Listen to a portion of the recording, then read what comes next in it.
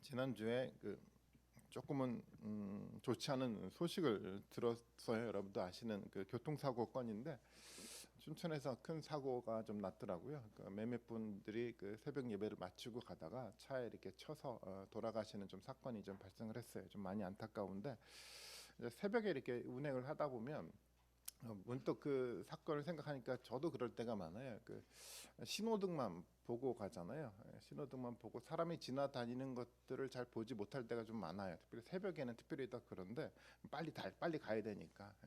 사실은 중요한 게 신호등이 아니라 사실은 중요한 건 사람인데 어느 순간인가 이 사람보다도 그 신호등만을 보고 운전을 저도 하고 있더라고요. 중요한 게 그게 아닌데 그러다 보니까 이런 사고들이 좀 발생하는데 신앙도 마치 그와 같다고 생각이 들었어요. 신앙의 본질과 목적은 사람에게 있는 것이 아니라 사람을 보고 사람이 해나가는 일에 있는 것이 아니라 사실은 예수님을 보고 예수님이 해나가는 일에 있잖아요. 근데 어느 순간인가 예수님이 안 보이고 예수님이 해나가는 일이 보이지 않고 사람만 보이고 사람들이 해나가는 일만 보이니까 자꾸 사고가 나더라고요. 그래서 똑같은 것 같아요. 그래서 우리가 정말 봐야 될 것은 사람과 사람이 해나가는 일이 아니라 정말 그 너머 속에 계신 예수 그리스도, 지금도 살아서 역사하시는 그 예수 그리스도, 그 예수 그리스도가 해나가는 그 정말 위대한 일을 볼 줄 알아야 되지만 신앙의 사고가 없는 것 같아요. 전 그래서 우리 신소교회가 그 예수 그리스도를 봤으면 좋겠고, 우리가 알지 못하는 그 너머 속에 일하는 그 위대하신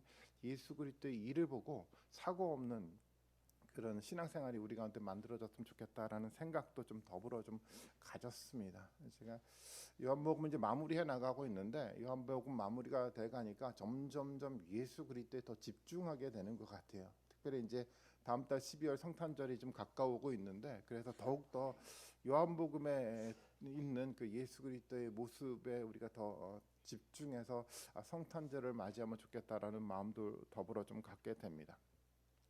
오늘 본문 우리가 18장 본문을 좀 읽었는데요.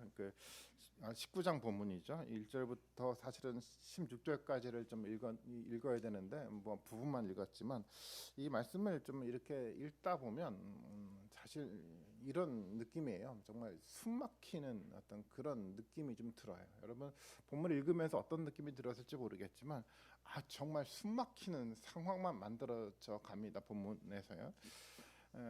예수님이 고난 당하는 장면이 굉장히 숨막히고요. 그리고 그 고난을 보고 있는 빌라도와 유대인들의 마음을 들여다 보니까 또 숨막히더라고요. 그리고 그뿐만 아니라 이 상황을 보면서 요한복음을 기록하고 있는 요한의 마음이 들여다 보여지니까 또 숨막혔어요. 오늘 사실은 이 설교는 이 숨막히는 상황과 사람들에 대한 이야기를 오늘 좀 해보려고 합니다. 이 숨막히는 상황 속에서 요한이 보았던 것은 도대체 뭐였는지를 오늘 좀 나눠보려고 해요. 예수님이 빌라도에게 신문을 받고 있어요. 근데 신문을 받기까지 상황은 아주 그냥 급박하게 진행되었죠. 밤에 안나스의 집에 잡혀가 신문을 받고 가야바의 집으로 옮겨졌고 그다음에 이른 아침 빌라도에게 넘겨져서 빌라도의 신문을 받게 됐어요. 급박하게 이 예수님의 신문이 진행되어 갔는데요. 근데 이 신문의 과정이 아주 정중하게 신사적으로 이루어지지 않았어요. 채찍질을 하면서 진행들이 되었죠. 이 채찍이 어떤 채찍이었는지 성경은 이야기하고 있지 않지만 많은 사람들이 이 채찍질이 이 플로겔타리오라는 채찍질이었을 거라고 추측을 해요. 이 채찍은 어떤 채찍이냐면 그 긴 못이나 그 뼈 조각 혹은 그 사슬 모양으로 연결된 납 조각을 단 가죽끈으로 만들어진 채찍이었는데 이 채찍으로 그 맞으면 그 살점이 떨어져 나간다고 합니다. 이 군인들은 이 채찍으로 피가 날 때까지 채찍질을 하는데 이 채찍질을 맞은 사람들은 실신을 하기도 하고 또 어떤 사람들은 때로는 죽기도 한다고 해요. 이런 채찍에 맞아 예수님은 피투성이가 된 상태였습니다. 그리고 이 피투성이가 된 상태에서 병정들은요 가시나무로 왕관을 만들어서 예수님의 머리에 씌우고 이렇게 외칩니다. 유대인의 왕 만세라고 외치고 있습니다. 예수님을 모욕하는 행위였죠. 사람들은 그렇게 예수님을 향해서 비아냥거리면서 소리를 지르면서 예수님을 모욕하고 있었습니다. 좀 어떻습니까? 숨막히지 않습니까? 소외된 사람들을 찾아 위로했던 예수님이었잖아요. 병자들을 고쳐줬고 줄인 사람들에게 찾아가 양식을 나누어 주었던 예수님이셨어요. 그리고 예수님은 하늘에서 온 하나님의 아들이었습니다. 그런 예수님이 지금 모욕을 당하고 고난을 받고 있다라는 겁니다. 근데 사실 이 길은 예수님이 선택한 길이기도 해요. 이 모욕과 고난을 알면서도 예수님은 피하지 않았어요. 아니 도대체 왜 이런 고난을 예수님은 선택하셨던 걸까요? 이 고난의 길에 하나님의 영광이 있었고 이 고난의 길에 우리에 대한 예수 그리스도의 사랑이 있었기 때문에 예수님이 이 길을 선택하셨던 겁니다. 고난과 모욕이 있음에도 불구하고 숨막히는 상황이 벌어짐에도 불구하고 예수님은 그 길을 선택하셨어요. 이런 숨막히는 상황에서 우리는 또 오늘 본문을 통해서 정치인 빌라도를 보게 됩니다. 이 빌라도는요, 예수님을 아주 강하게 신문했습니다. 신문을 했는데 그런데 예수님에게 죄를 찾을 수가 없었어요. 당연하죠. 예수님에게는 어떤 죄도 있지 않았어요. 빌라도도 그것을 너무도 잘 알고 있었습니다. 근데 이 빌라도는 이 분위기에 동요돼서 판단력을 잃어버리는 그런 사람은 아니었어요. 아주 분명하게 합리적으로 예수님을 신문했고 그리고 결론을 내렸죠. 그리고 이렇게 선언을 합니다. 예수님에게서 어떤 죄도 찾을 수 없었습니다라고 선언을 했어요. 이런 빌라도의 모습을 보면 꽤 합리적인 정치인같이 보입니다. 여러분 그렇지 않습니까? 그리고 빌라도는요, 예수님을 보고 두려운 마음을 갖기도 했어요.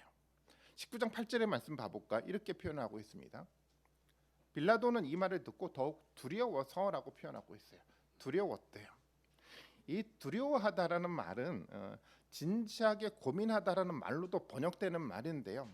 이 빌라도는 정말 예수님에 대해서 진지하게 살피고 그리고 고민을 했습니다. 그리고 그 고민 속에 이 빌라도의 마음속에 두려운 마음이 들기 시작을 했던 거였어요. 왜 그렇습니까?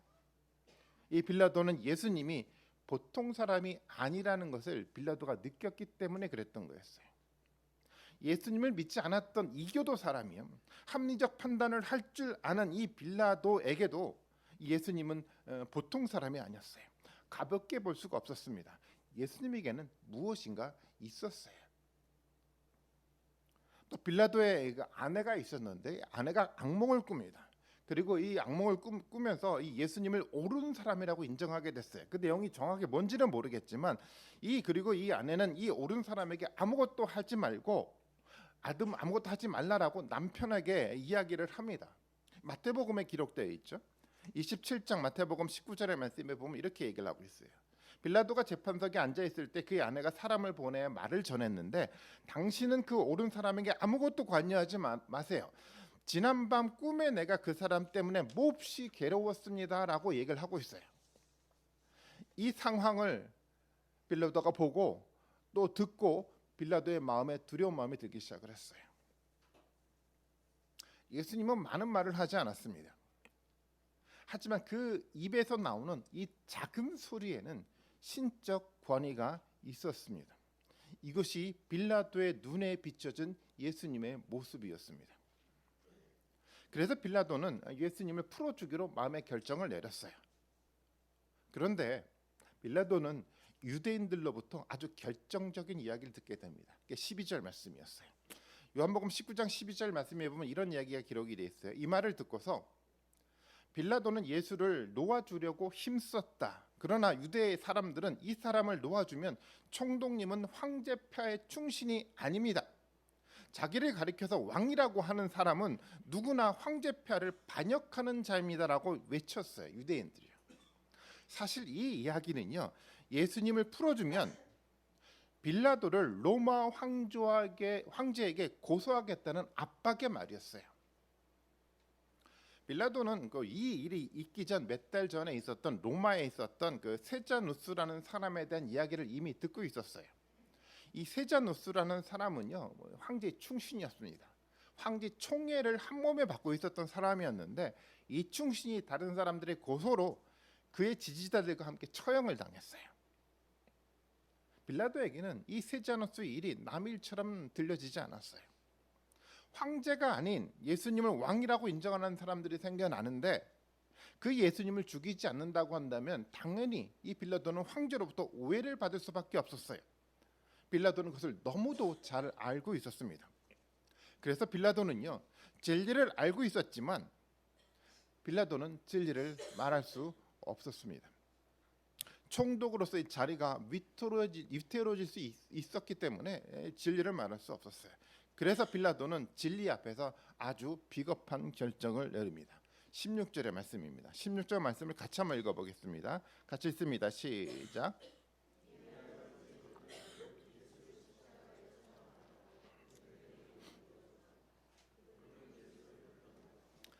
빌라도는 유대인들의 요구대로 십자가 처형을 선언했어요.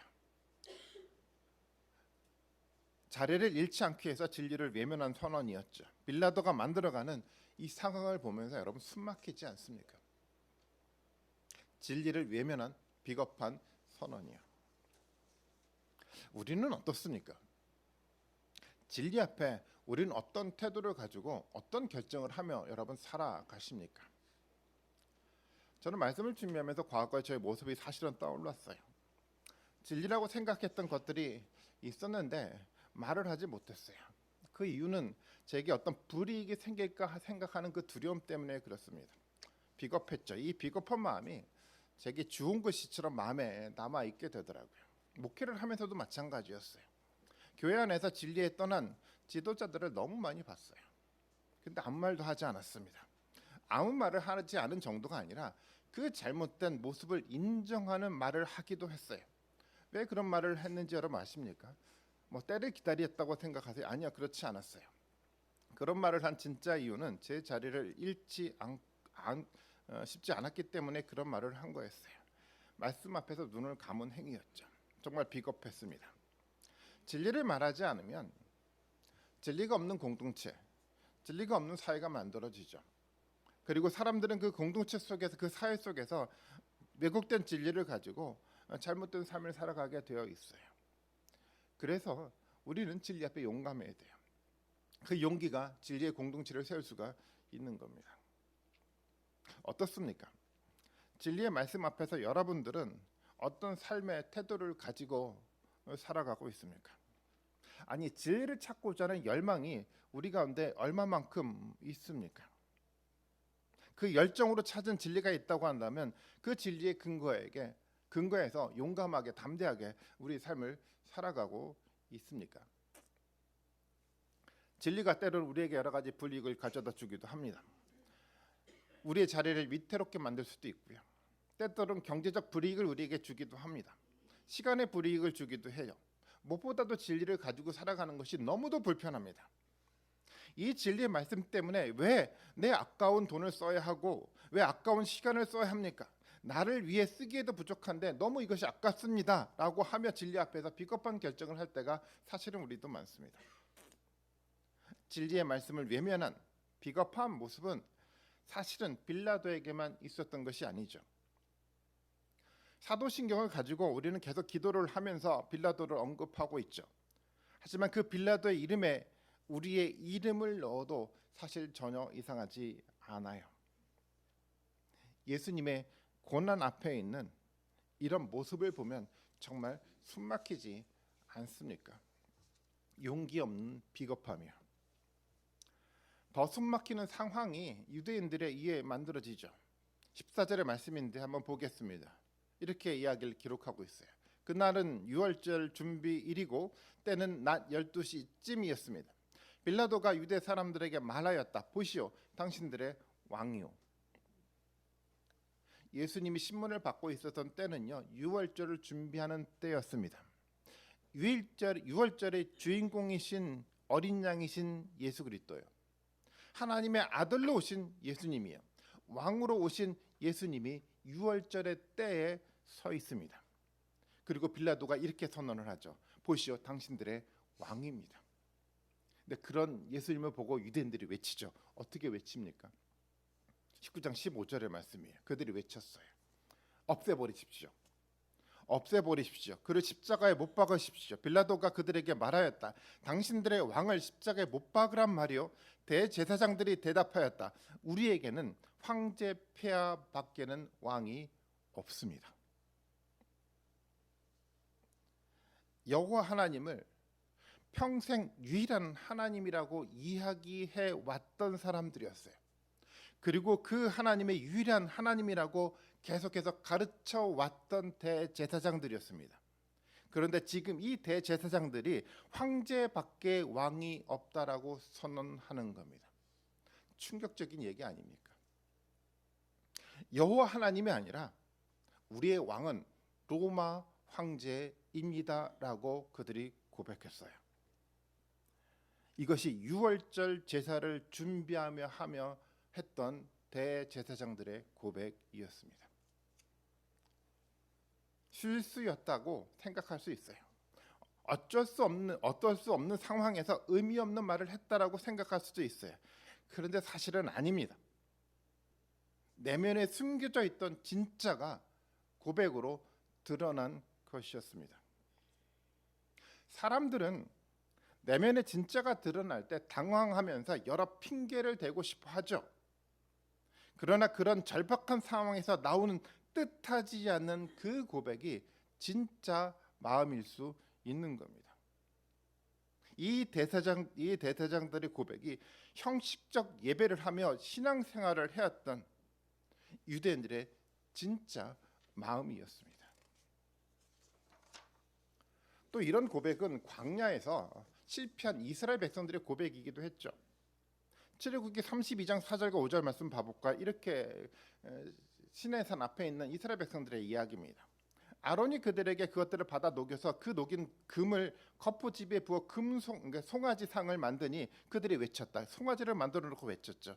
이스라엘아, 이 신이 너희를 이집트에서 이끌어낸 너희의 신이다라고 선언을 했어요. 아론은 이것을 보고서 그 신상 앞에 제단을 쌓고 내일 주님의 절기를 지키십시다 하고 선포하였다라고 기록하고 있습니다. 출애굽을 통해서 하나님의 위대함을 경험하고 그 위대한 하나님을 찬양했던 이스라엘 백성들이었어요. 그런데 그 찬양했던 이스라엘 백성들이 지금 예배를 하면서 마음에 하나님이 아닌 세상을 담고 있었던 것입니다. 금송아지요, 세상이 만든 삶의 가치를 왕이라고 그들이 고백하며 지금 여호와의 절기를 지키고 있다라는 거예요. 유월절 예수님 앞에서 대제사장들이 했던 정말 우리를 숨막히게 했던 그 고백과 조금도 다르지 않았어요. 유대인들의 고백은, 이 숨막히는 고백은요, 갑자기 생겨난 것이 아니었어요. 이미 그들의 마음에 가득하게 깊숙하게 자리를 잡고 있었던 내면의 마음이었습니다. 단지 성전에서 예배를 하면서 그 마음을 감추고 있었을 뿐이었어요. 가면을 쓰고 있었던 것이었습니다. 그런데 예수님 앞에서요, 그들의 마음이 다 드러났어요. 내면이 밖으로 다 드러난 겁니다. 도대체 그들은 그동안 누구를 예배했던 것이었을까요? 그들은 하나님을 사실은 예배하지 않았어요. 입술로는 하나님을 말하지만 사실은 그들은 하나님을 찬양하지 않았어요. 그들이 찬양하고 그들이 예배했던 것은 사실은 세상이었습니다. 그들이 지키고 싶었던 것은 예수 그리스도가 아니라 자기 권력이었고 자기를 드러내고자 하는 명예 욕구였습니다. 정말 숨막히지 않습니까? 지금 예배를 하고 있는 우리 내면의 마음에는 하나님이 있습니까? 우리는 누구를 예배하고 우리는 누구를 찬양하고 있습니까? 우리는 진리의 말씀이 우리 마음에 새겨지기를 바라면서 지금 예배를 하고 있습니까? 어떻습니까? 우리의 마음은 여러분 어떻습니까? 이런 숨막히는 상황을 보면 사실 희망을 잃어가게 됩니다. 예수님의 죽음 앞에서 진리를 말하는 사람이 보이지 않습니다. 정치 지도자, 종교 지도자, 그리고 제자들까지도 진리를 외면하고 있습니다. 예수님의 측근이었던 베드로도 예수님을 부인하지 않았습니까? 희망이 그 어디에도 보이지 않았어요. 그런데 그 절망적인 상황에서 요한은 희망을 보고 있더라는 겁니다. 어디에서 희망을 보고 있습니까? 이방인의 입에서 나오는 말을 통해서 요한은 희망을 보기 시작을 했어요. 5절의 말씀인데요. 5절 말씀을 같이 한번 읽어보겠습니다. 같이 읽습니다. 시작.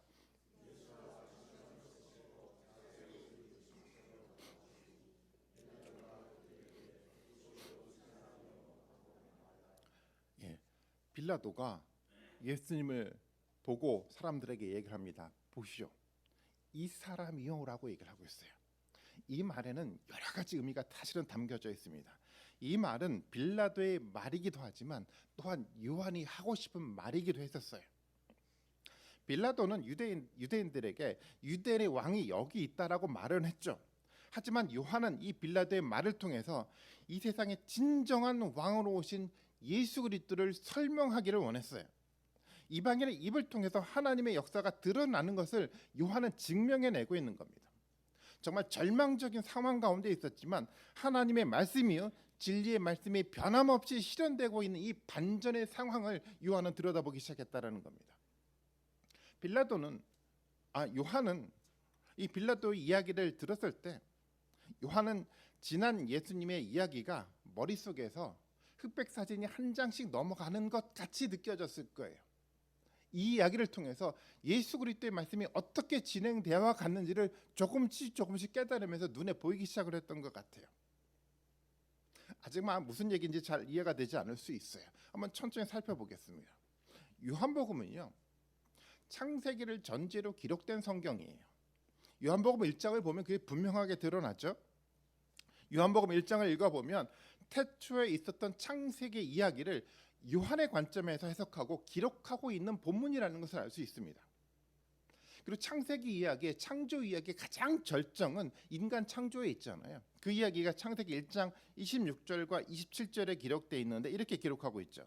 하나님이 말씀하시기를 우리가 우리의 형상을 따라서 우리의 모양대로 사람을 만들자. 그리고 그가 바다의 고기와 공중의 새와 땅 위에 있는 온갖 짐승들과 땅 위에 기어다니는 모든 길 짐승을 다스리게 하자 하시고 하나님의 당신의 형상대로 사람을 창조하셨으니 곧 하나님의 형상대로 사람을 창조하셨다. 하나님이 그들을 남자와 여자로 창조하셨다라고 기록하고 있어요.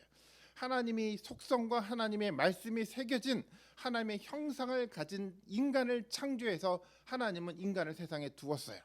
그리고 그 인간을 통해서 하나님의 영광을 드러내려 하나님은 계획을 했었습니다.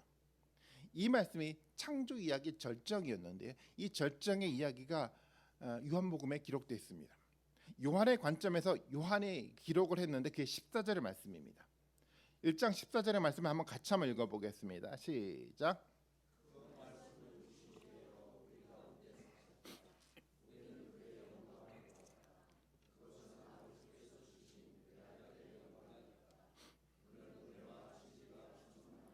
아멘. 요한의 이 이야기는요, 창세기든 해설이 담겨져 있는 겁니다.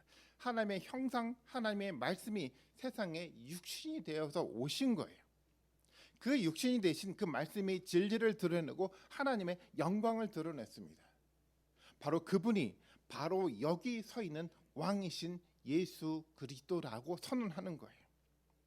요한은 지금 이 이방인의 입을 통해서 창세기 이야기, 요한복음의 이야기가 성취되고 있음을 설명하고 있는 겁니다. 창세기 아담은요, 실패했습니다. 하지만 요한복음의 예수님은요, 십자가를 통해 승리하셨어요. 하나님의 형상과 말씀을 회복하고 창세기의 창조를 완성시켰습니다. 그리고 그 완성이 하나님의 나라, 하나님의 교회를 통해서 진행되어 가고 있는 겁니다. 바로 이 사람 예수님을 통해 그 위대한 역사가 시작된 겁니다. 요한은 빌라도의 이 이야기 속에 창세기의 성취를 보기 시작했습니다. 사람들은 조롱하고 모욕했습니다. 그러나 하나님의 역사는 그 조롱과 모욕 속에 하나님의 영광을 드러내기 시작했습니다. 아무것도 보이지 않는 완전히 절망적인 상황에서 그 어떤 사람이 아니라 이 사람 예수님을 통해 이 위대한 역사가 시작된 것이었습니다. 예수 그리스도가 유일한 희망이었습니다. 요한은 그 예수님을 보기 시작한 것이었어요. 이것이 요한의 숨막히는 고백이었습니다. 절망적인 상황 속에서 여전히 변하지 않고 신실하게 열어가는 예수 그리스도의 역사를 요한은 보고 있었던 거였어요. 이 숨막힘의, 이 설렘의 마음이 요한의 마음이었습니다. 사실 오늘 우리의 역사도 다르지 않아요. 자리를 지키기에 진리 앞에서 벙어리가 돼가고 있는, 아니 진리를 아예 알지 못하는 빌라도와 같은 사람들이 세상 중심에 서 있습니다. 예배를 하고 예배를 인도하고 말씀을 가르치고 있지만 내면에는 세상의 가치로 가득한 가면 쓴 지도자들이 교회 중심에 서 있습니다. 이런 상황에서 세상은 진리의 말씀을 무시하죠. 세상은 하나님을 부정합니다. 세상은요, 예수 그리스도를 지금도 모욕하고 있습니다. 그런데 교인들도 그 세상의 일에 동참하고 있어요. 말씀을 버렸어요. 세상의 법이 최고의 가치이고 또 기준이라고 생각하며 사람들이 살아가기 시작을 했어요. 하나님의 말씀은 잠깐 듣고 마음 구석에 잠시 두었다가 쓰레기통에 버리는 말씀이 되어버렸습니다.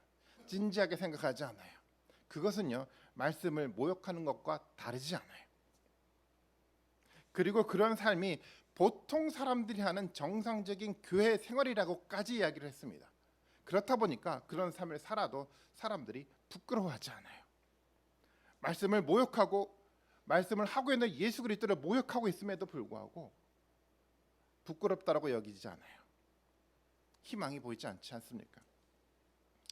그럼에도 불구하고 예수 그리스도가 여전히 역사의 중심에 서 있는 겁니다. 진리를 붙들고 살아가려고 결단하고 다짐하는 사람들을 모아 다시 새롭게 교회 공동체를 예수 그리스도는 세워가고 있어요. 정말 그렇습니다. 그런 교회가요, 세계 곳곳 가운데 지금도 변함없이 예수 그리스도의 역사 가운데 진행돼 가고 있습니다. 저는 우리의 머리를 넓은 곳을 향해 들고 믿음의 눈으로 세상을 지켜봤으면 좋겠어요. 그리고 하늘을 봤으면 좋겠습니다. 희망의 역사는 지금도 변함없이 진행돼 가고 있습니다.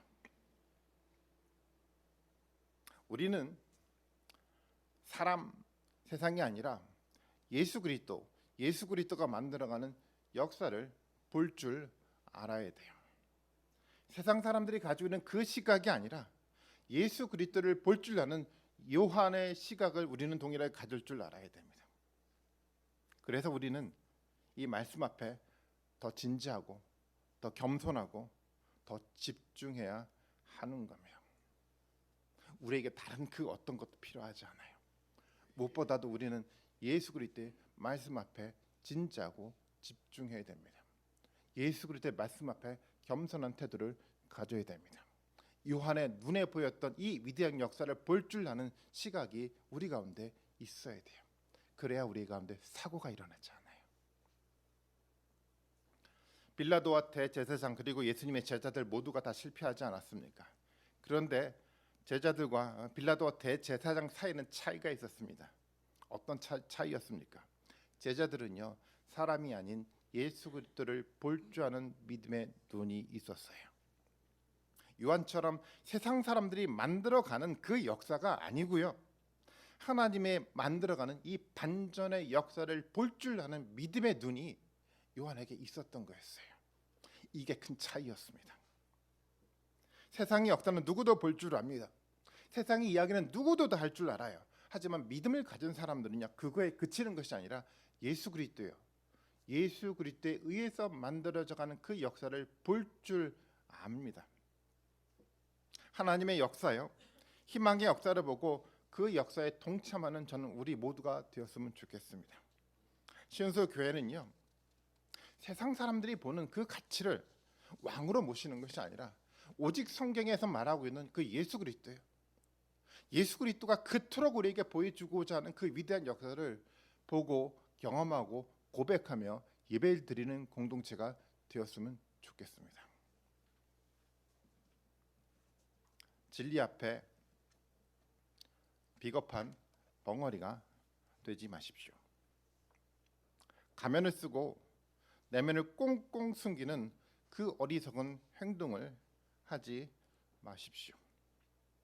예수 그리스도를 보십시오. 예수 그리스도가 만들어가는 하나님의 영광된 위대한 역사를 여러분 보십시오.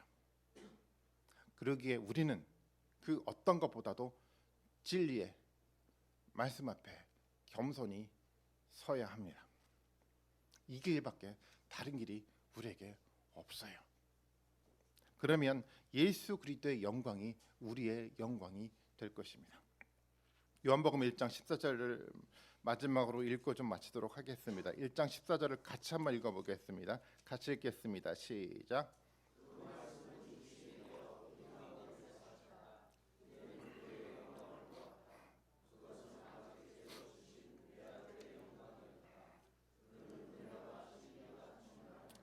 아멘. 이 위대한 말씀이 여러분 보이십니까? 은혜와 진리가 충만했던 진리이셨던 하늘에 계셨던 그 예수 그리스도가 이따가 말씀으로 육신을 입고 우리 가운데 오셨어요. 우리는 그 예수 그리스도를 볼 수 있는 기회가 우리에게 주어졌습니다. 그 영광을 볼 줄 안다면 그 영광은 우리의 영광이 되는 겁니다. 저는 말씀이 육신에 대해 사셨던 그 예수 그리스도의 영광이요, 하늘의 영광이 저는 우리의 영광이 되기를 바라고 있습니다. 그 영광이 시흥소 교회의 영광이 되었으면 좋겠어요. 정말 그 영광이 우리의 영광이 되도록 여러분 예수 그리스도의 본질 앞에 집중하는 그 축복이 우리 모든 분들 가운데 함께하기를 바라겠습니다.